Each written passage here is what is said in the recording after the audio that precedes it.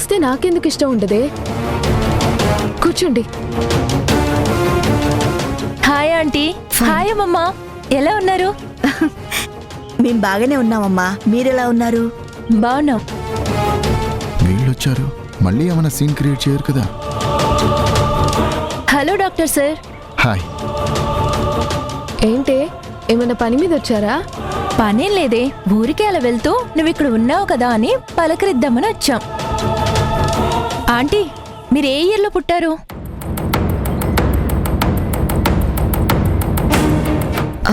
ఇప్పుడు నా year of birth ఎందుకు? Generation gap. ఆ కాలంలో లాగానే ఈ కాలంలో ఉండాలని రూల్ ఏం లేదు కదా.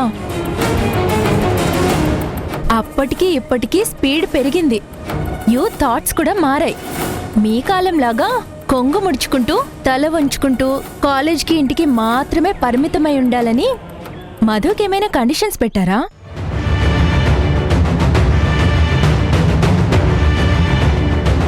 నువ్వంత సీరియస్గా చూడాల్సిన పనేం లేదే. నేను మీ మమ్మీతో మాట్లాడుతున్నాను. నేను కండిషన్స్ పెట్టానని మధు చెప్పిందా? నో, తనేం చెప్పలేదు ఆంటీ. నాకే ఎందుకో అలా అనిపించి మిమ్మల్ని కొంచెం దానికి ఫ్రీడమ్ ఇవ్వచ్చు కదా అని అడగాలనిపించింది.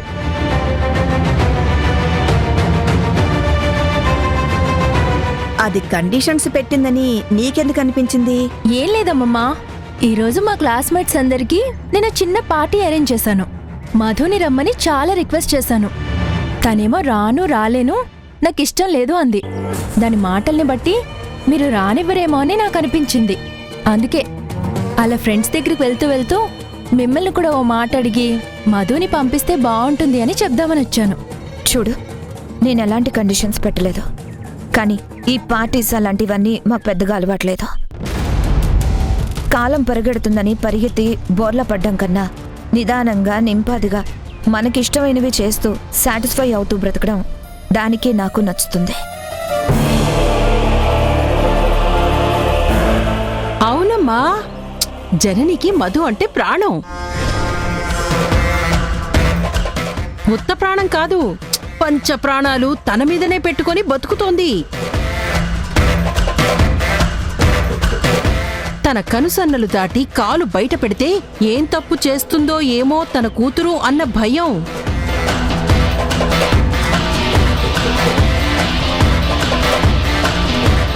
అస్తవ్యస్తమైన జీవితం కదా, ఆ మాత్రం ఆందోళన సహజంలే. మంచి చెడు తెలియని వయసు, అన్యం పుణ్యం ఎరుగని అమాయకురాలు. పొరపాటున తప్పటడుగు వేస్తే తలొంచుకొని బతకడం కష్టం కదా. పాపం, బాధలు అనుభవించిన బతుకు. ఆంక్షలు పెట్టకపోవచ్చు, కానీ ఆలోచనలు నూరిపోసి ఉండొచ్చు కదా. పిల్ల బాగు కోరడం తప్పు కాదు కదా.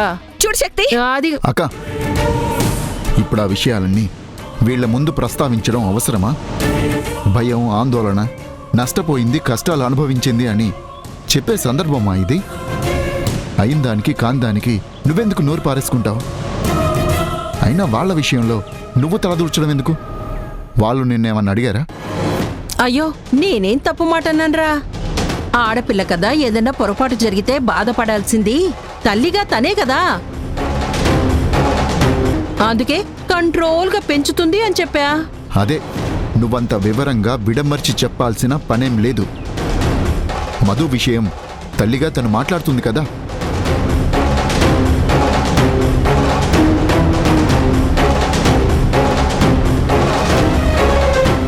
అయ్యో, ఇదేంటండి, నేనొచ్చిన ప్రతిసారి గొడవయ్యేలా ఉంది.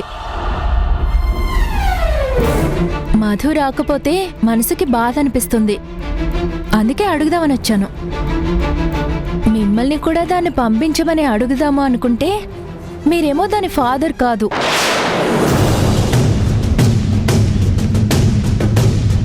అందుకే మిమ్మల్ని అడగలేక ఆంటీని అడుగుతున్నాను.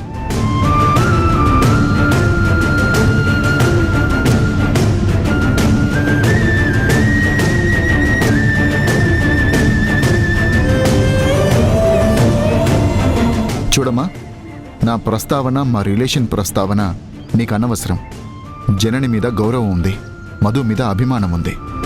నాకిష్టం లేదని తనే అంది కదా. తన అభిప్రాయానికి జననికి ఏం సంబంధం? మీరు నన్ను మధు ఫాదర్ అనుకోకపోయినా తను నన్ను ఫాదర్గానే ఫీల్ అవుతుంది. తనకి పార్టీకి వెళ్ళాలని మనసులో ఉంటే ఇప్పుడు ఈ ఇంట్లో ఉంటుంది కాబట్టి ఈ ఇంటి పెద్దగా నాకెలాంటి అబ్జెక్షన్ లేదు. పార్టీకి పంపడం పంపకపోవడం అనేది తల్లిగా జనని అభిప్రాయం మీద ఆధారపడి ఉంటుంది. అంటే అబ్జెక్షన్ ఆంటీకి ఉందంటారా? నువ్వు మళ్ళీ తప్పుగా మాట్లాడుతున్నావు. అబ్జెక్షన్ ఉందని నేనంటం లేదు. ఆడపిల్ల బాగోగుల గురించి అమ్మ ఆలోచించినంతగా ఎవ్వరూ ఆలోచించలేరు. మధుకు వెళ్ళాలని మనసులో ఉంటే తను కూడా కాదందనే నేను అనుకుంటున్నాను.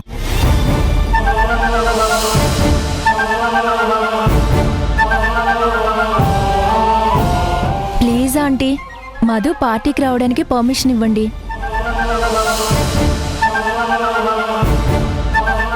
మధు వెళ్ళాలనుకుంటే తను వెళ్ళొచ్చు.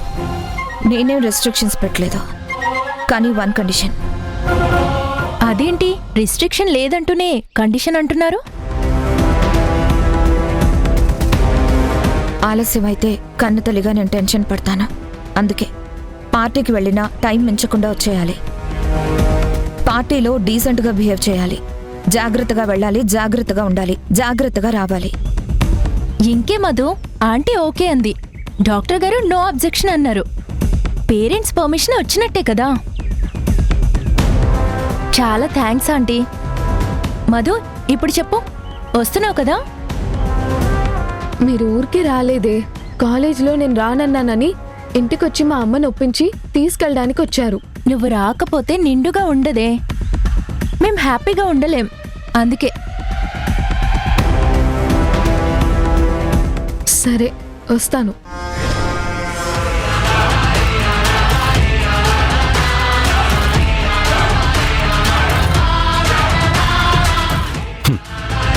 మాకు కావాల్సింది కూడా అదే.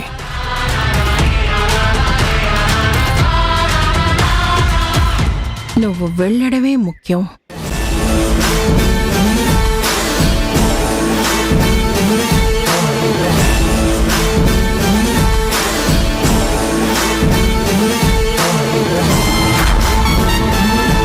Aunty, if you don't mind, మీరు ఒప్పుకుంటారో లేదో, అది వస్తుందో రాదో అన్న టెన్షన్తో కాస్త స్ట్రెస్ ఫీల్ అయ్యాను.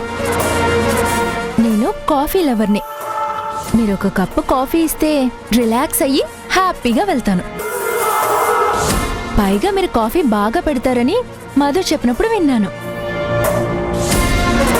కాఫీనే కదా, దానికేం భాగ్యం. నేను పెట్టుకొస్తాలే. మీరు కాదమ్మమ్మా, ఆంటీ చేతి కాఫీనే. సరే. జనని, నాకు కూడా.